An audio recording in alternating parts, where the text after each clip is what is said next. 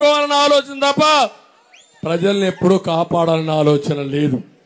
నేను అడుగుతున్నా ఒక్క విషయం, ఈరోజు ఇప్పటికైనా మన రాజధాని ఏది తమ్ముళ్ళు ఐడియా ఉందా మీకు? ఏది మన రాజధాని? 3 ముక్కలాట ఆడాడా లేదా? ఎన్నికల ముందు అమరావతి రాజధాని చెప్పారా లేదా? ఇప్పుడు ఏం చేశావు? తెలంగాణ రాజధాని హైదరాబాద్, అవునా కదా తమ్ముళ్ళు?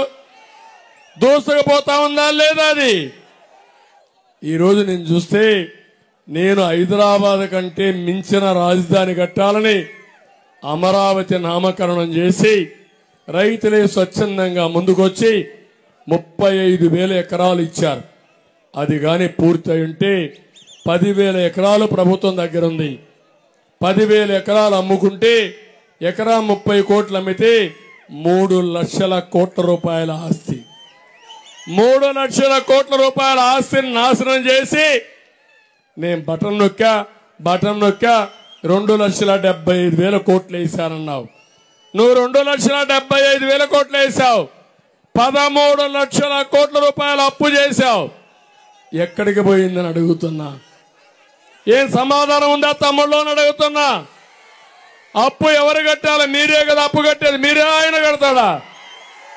రేపు 13 ఇంటికి పోతాడు, తర్వాత ఎవరు కడతారు? మీరే కదా. అంటే ఇవన్నీ మీరు గుర్తుపెట్టుకోవాల్సింది. దూరదృష్టి లేని వ్యక్తి, అహంకారి, ప్రజా జీవితాలతో ఆడుకుని ప్రజల యొక్క జీవితాలను నాశనం చేసే పరిస్థితికి వచ్చినప్పుడు దీనికి ప్రజా చైతన్యం తప్ప వేరే మార్గం లేదు.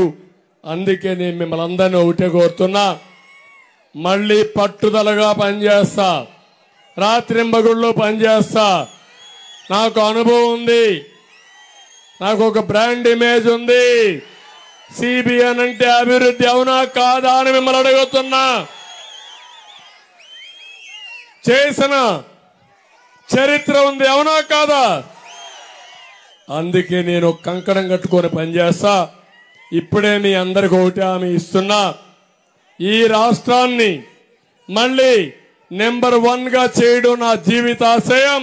చేసి మీ రుణం తీర్చుకుంటా. మీలో ఒక చైతన్యంతో ఇక్కడ అభ్యర్థుని దస్తగిరిని, నాగరాజుని గెలిపించండి మంచి మెజారిటీతో. బాధుడు లేనటువంటి సమాజాన్ని ఏర్పాటు చేసే బాధ్యత నాది. నేను వస్తే కరెంటు ఛార్జీలు పెరగవు, నిత్యావసర వస్తువుల ధరలు తగ్గుతాయి, పన్నుల బెడద ఉండదు. ఇది నా హామీ.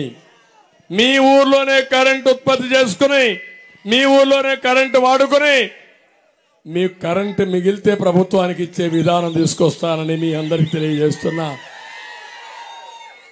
ఇక్కడే సోలార్ పార్క్ పెట్టాను కర్నూలులో. నేను ప్రపంచంలోనే అతి పెద్ద లార్జెస్ట్ సోలార్ పార్క్ పెట్టింది